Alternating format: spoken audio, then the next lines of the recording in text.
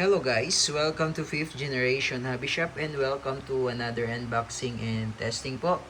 So meron po tayo ditong isang airgun pistol. Shoutout po pala natin si Sir Alfredo.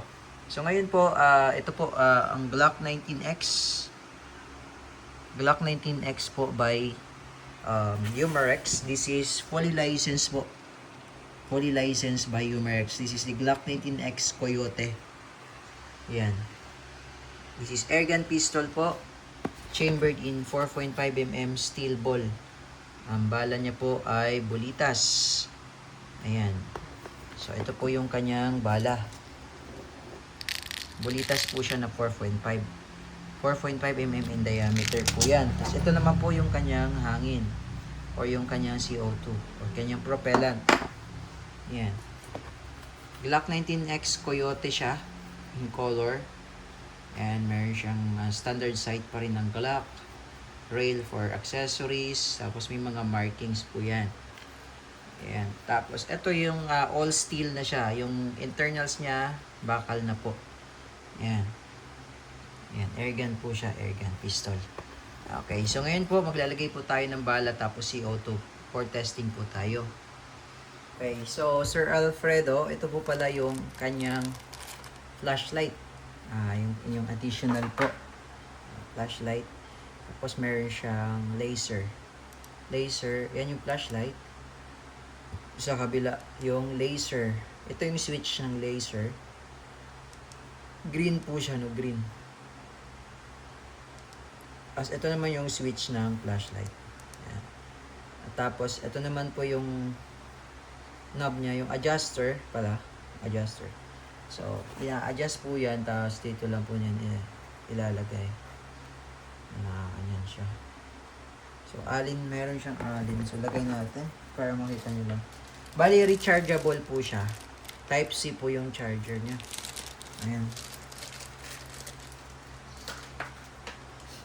May mga kasama naman po siyang alin. Alin tool. Ayan po. So, try nating ilagay. Para po makita nyo lang po yung tsura. Pag nakalagay po yung flashlight sa unit. Ayan, so, adjust nyo lang naman po yan. Tapos, i-fit nyo lang siya. Ayan, i-fit nyo lang siya dyan. Tapos, higpitan.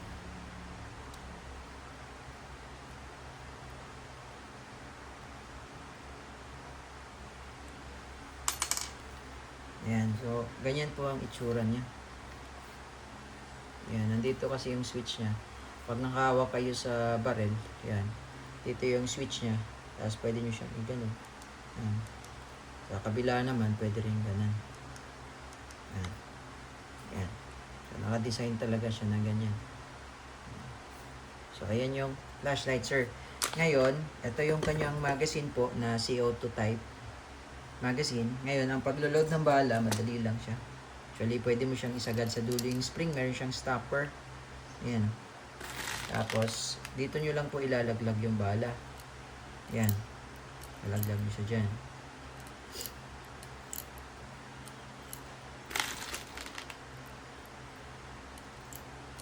Ang capacity po nito ay 18 rounder po ang capacity niya. Ayan. Hindi ko lang po pinuno. For testing lang naman. Ngayon, etong internals niya, mapapansin nyo po, bakal na siya. No? Hindi katulad nung sa mga airsoft na mayroon siyang plastic nozzle. Ito, bakal na siya. Kasi repeating mechanism siya. Ngayon, meron pala siyang safety dito. No? Alisin ko lang yung flashlight, sir, para makita nyo. Actually, yung safety na yon hindi naman siya ginagamit talaga. Hindi siya madalas ginagamit kasi meron naman siyang trigger safety. Yung trigger safety niya. Dito, papakita ko lang sa inyo. Yan yung safety. Sa live kasi, sa live na Glock 19X, wala na talaga siyang safety dito. Wala siyang pihitan dito for safety. Makikita nyo lang yung dito niya, yung serial number. Ngayon, ito, safe siya dyan. Yan yung fire. Yung kanina, safety po yun. Yan, hindi mo siya makakalabit. Ayan yung fire. So, pag kinalabit mo siya, sir, yung kanyang trigger po ay malalim. Yan. Malalim po siya. So, isasagad nyo po. Hindi rin siya basta-basta puputok kasi malalim yung trigger. Ayan, so, tabi lang muna natin yung flashlight. Bali, maglo-load tayo ngayon ng CO2. So, ngayon, lalagyan lang po natin yan ng silicone oil. Meron naman siyang kasama. Lalagyan lang natin yung part na to ng oil. Yan yung green. Lalagyan natin yan ng oil. Then, napasok lang natin yung CO2. And meron siyang kasamang alin, yung pamihit nito.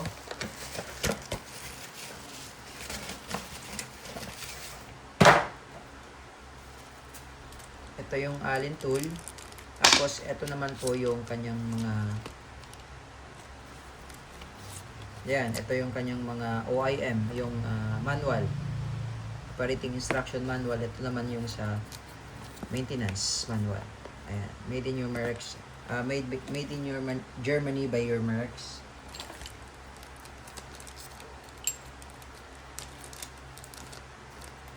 So, ito, bali, ayan, may mga markings din siya. Bali, yan. Bababa mo lang. Yan. Tapos, iikot mo po. Yan. Pagkaikot,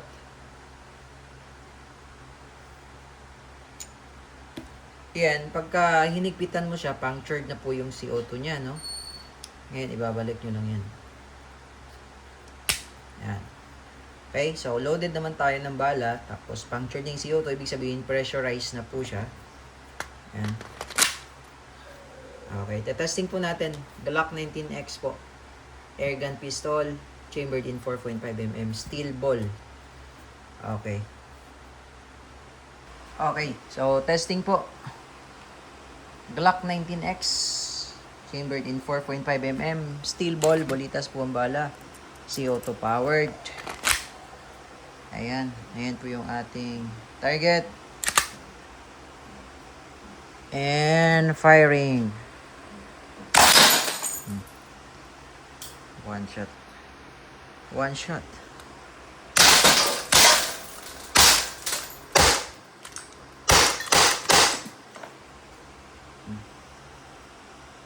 Okay, so ayan po. So nag-open slide na siya, ibig sabihin wala na po siyang bala.